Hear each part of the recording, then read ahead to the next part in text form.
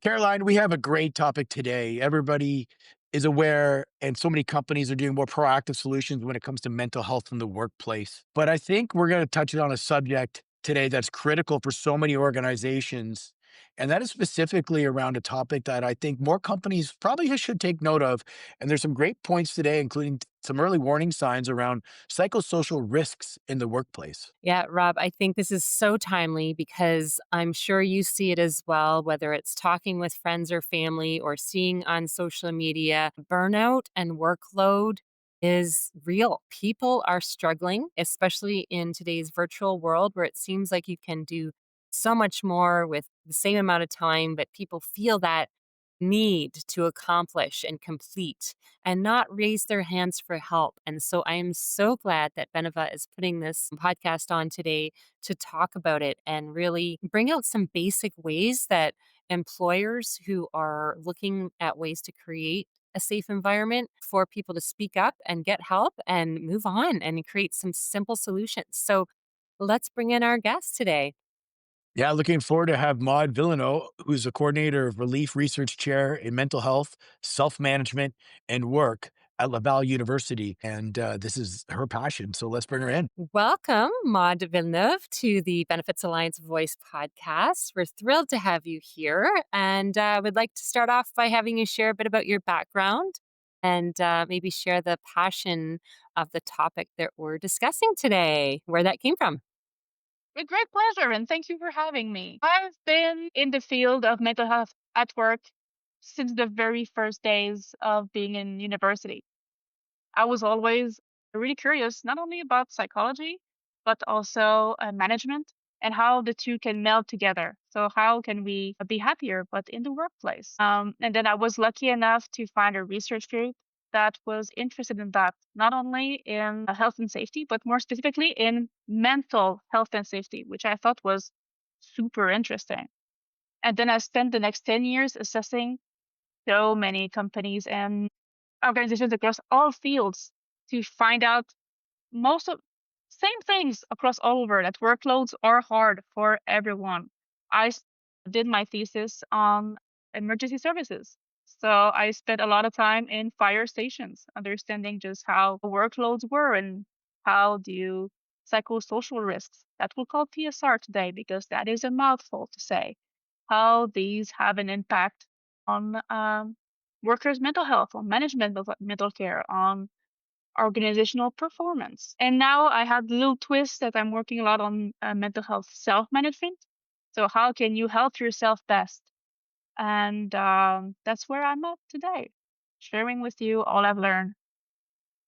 Well, that's great, Maude. We really appreciate you joining us today. And as a guest of Beneva, and on Beneva's website, they talk about, the 64% increase in anxiety cases in Canada over the last several years, and close to 500,000 people in Canada miss work each week due to health problems or mental health issues.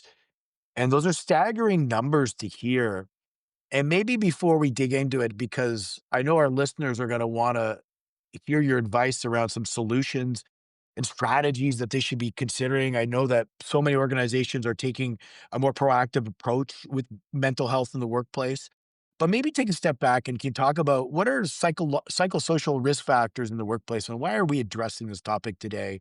And specifically, what would you love to, to get your message across most of all to our listeners? Social risks, again, PSR, mouthful. It's at its simplest. It's every part of your job, of your daily lives in the workplace that cause you stress. So it can be the most common one, the one that everyone knows, is work overload. How much you have to do, how fast you have to work, in what time frame do you have to work. But it's so much more than that. It's how much support you have, it's how much control you have. Is your business, is your environment fair? Are you a victim of harassment? It's all those mental conditions that surround you doing your actual job.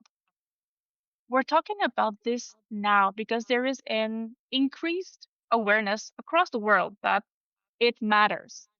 Burnout has never been more prominent than it is now. I think Through the pandemic, we've all lived the joys and challenges of remote work. And we all had the opportunity to realize how we feel about our job, how stressful we are overall. And I think that has contributed to this increased awareness. But it's more than that. We've been talking about this for 40, 50 years, lacking support, lacking rewards and recognition, not feeling appreciated at work is detrimental to your mental health. Work is not just about gaining a salary for the work you do. It's more than that. And so the one point we'd like to share, the one thing I'd like people to remember through our great discussion today is that it's not only ethical or good in a great sense to tackle workers' mental health. It makes a tremendous amount of financial sense. Talking about and working on psychosocial risk, on worker stress, on burnout, preventing it, obviously, the benefits are manifold. They are exponential. It's worth it to learn and to act on psychosocial risk. Maude, today I have to share, and this could probably be any conversation and anywhere. I happen to be on the train commuting today to Toronto, and I happened to overhear a conversation of someone coaching someone. They were clearly a professional coach and leader, and they were trying to help this person learn as a leader how to ask for help because we have been brought up in a society in a era where you can do and everybody wants that recognition of working hard and doing well and succeeding and not raising that hand when you need help. So, can you share what you've learned in some of your research? How shared accountability comes into play? Like how do you help that person raise their hand and create an environment where that's okay. You don't have to do this alone because the team can help you succeed probably way better. So, talk to us a little bit about that. And it's such an amazing example that you're offering me today. Like I couldn't have asked for a perfect little capsule of why it matters. So we put a lot of burden on managers' shoulders, right? They have to do everything and please stakeholders, but also their employees. And they are really stuck in this role sometimes, but they have tremendous power, not only with their action, but their example. So it's a lot of show, don't tell. We have all seen managers do as I say, not as I do.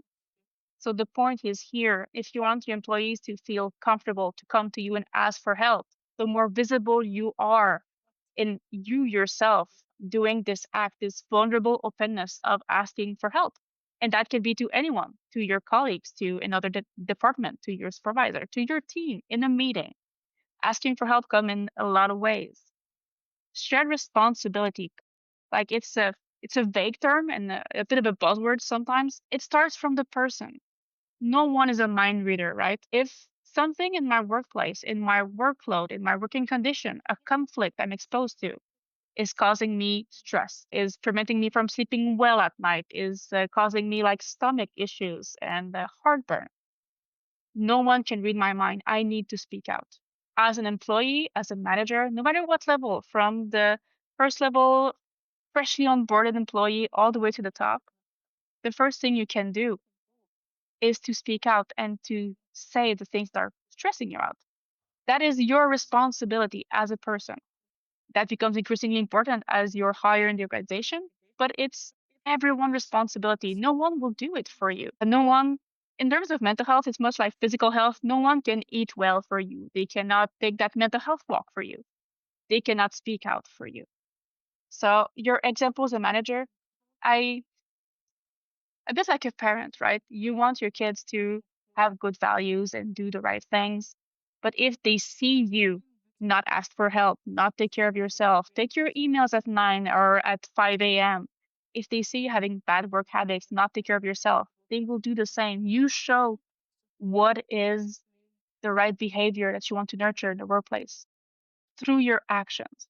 And that's how you show your share responsibility. And like the company, like the stakeholder level, their part is mainly to provide training and resources, but it all comes down to management and people, what you do and walking the talk, basically. Well, that's great. That's great. And kind of with that, to continue that for next question based on your research, there obviously has to be that safe space where employees feel safe and that they can be vulnerable to their manager, in terms of I feel comfortable approaching it. But again, there's so many managers, there's so many leaders that are not trained as mental health experts, and make sure not only do they approach it the right way? Do they say the right questions or the stuff they shouldn't be saying? So have you talked about any type of framework that companies can kind of work through and processes that they could maybe training from both sides that could help in this scenario for all stakeholders? There is absolutely some very structured process training. It is offered by many providers, including Beneva, that has these kind of trainings at the operating conferences. But let's walk before we run or do a whole marathon. I think people make mental health in the workplace, especially managing it, much bigger than it is because it's uncomfortable, right? Talking to people about what might go wrong in their work lives.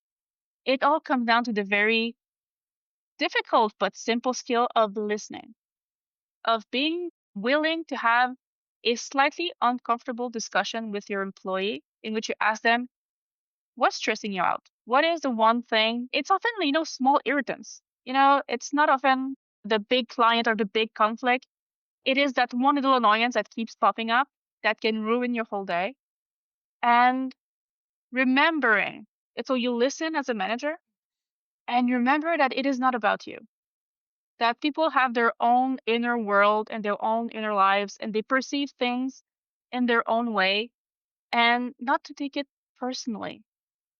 If you're able to do that, and again, it's not fancy, and I wish like it would be like, yes, follow that $20,000 training, but it's not. It's face the fact that maybe you're assuming that everyone has good intentions and maybe you did something, you tried a new approach, you offered people like a nice workshop on mindfulness, but people are overworked and it felt like a demand. And so it made them more stressed. You had good intentions, but it wasn't quite what they needed. So before you do something and invest your time, listen, ask, they will tell you. It might come off a little rough because they might have been building up a little bit of pressure inside. But again, it's not about you. It's just they need to let it out. It's simple. It's not that hard. It comes from a genuine willingness to listen and then to prioritize. Find the biggest annoyance for everyone else and just resolve it as best as you can. Yeah, great point. Great point. Sometimes I think of that as parent with two teenage girls. Sometimes I have to say, do you want me to listen or do you want my advice? And there's so many situations where people want to offer advice before, as you said, and that's Maud, that's great points, just to listen up first. Mhm. Yes. And after the listening, is there any type of, in your research, some type of simple framework? Like you said, not everyone has time to go through all the courses or invest in that training. If there's like a simple framework you could share with us that would help employers listening today to implement, to help, take action if that is what is desired after the listening. So let's go with a 5-step program. We like five is good, right? It's simple, it's not too much. First, you identify. Many insurance providers have an assessment, a survey that you can take that will help you go through all the different situations to figure out where does it hurt the most? Do people feel not supported, not autonomous? Are they overworked? Are they underworked? Are so stressful? So you identify first because everyone has their idea and often they're mistaken. You need to go and ask people. It can be if you're a small company, have a meeting, ask them. If you're hundreds of people, have a survey. Then you need to analyze the data. You don't have to do it yourself. If you're a bigger company, you may have a health and safety or an HR department that can do that for you. If not, analyze the data, see what comes up. And before you make any decisions, talk to some people like, did I understand that right? Three, prioritize. There will be many things to do. Just like when you go to a buffet, you can eat everything, but you'll get sick and you'll never want to go again. Pick the one or two things that seem the most common, the most important, and focus on that first. Then you do something. You've identified, you've analyzed, you've prioritized, and I cannot understate the importance of small wins to gain momentum. It's people need a bit more flexibility in the morning, like a 15-minute window. That's simple enough. Provide that. Get a few small wins to gain momentum. And finally, measure.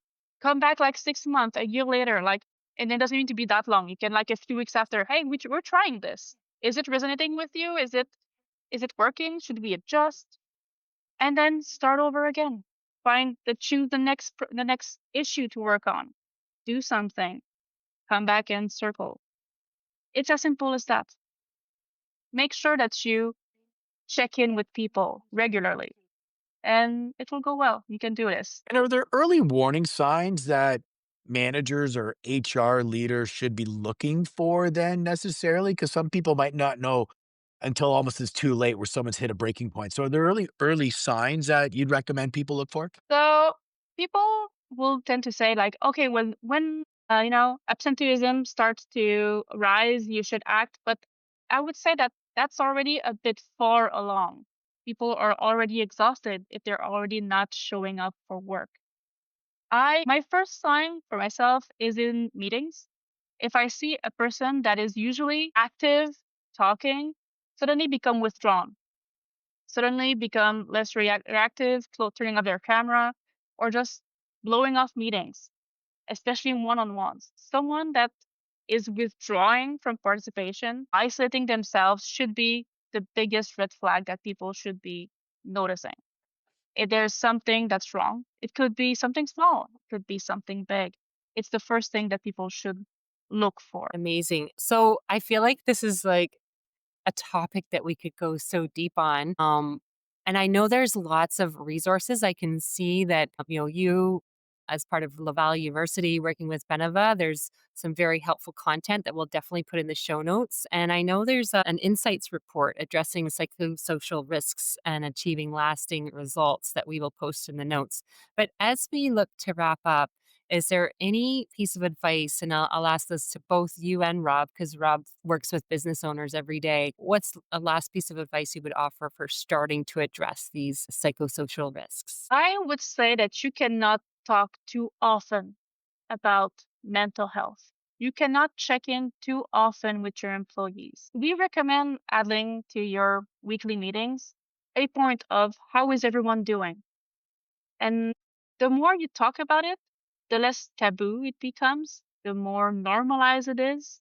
So talk about it more and talk about yourself more. Again, your own example, your own openness will inspire others to do so.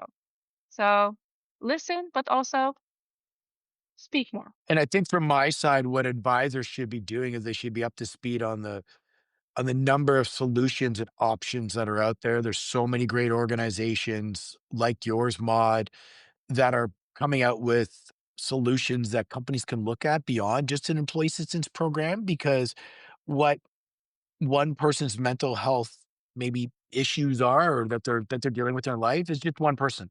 Where somebody could be dealing with so many different areas that could be impacting, whether it's family, it's relationships, it's that they bring into the workforce. It could be so many different topics. It could go on and on and on. So I think advisors need to come and be knowledgeable on just all the different tools that are at disposals that frankly are not expensive. And we all know the cost of absenteeism is so significant in workplaces.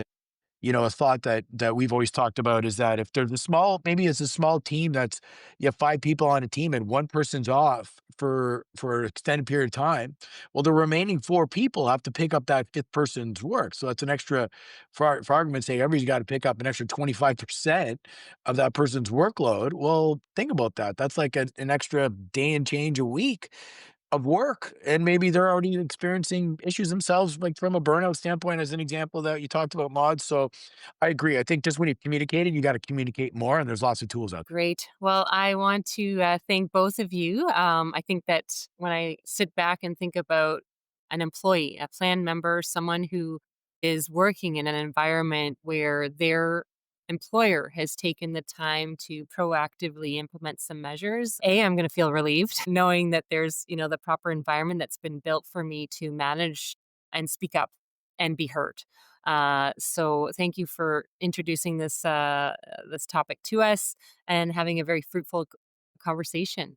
I'm sure we'll have lots to talk about in the future. It's great. Thank you Thanks, so Mod. much. This has been the Benefits Alliance Voice. If you enjoyed this episode, please share it with your network And be sure to check out the podcast notes for any additional materials.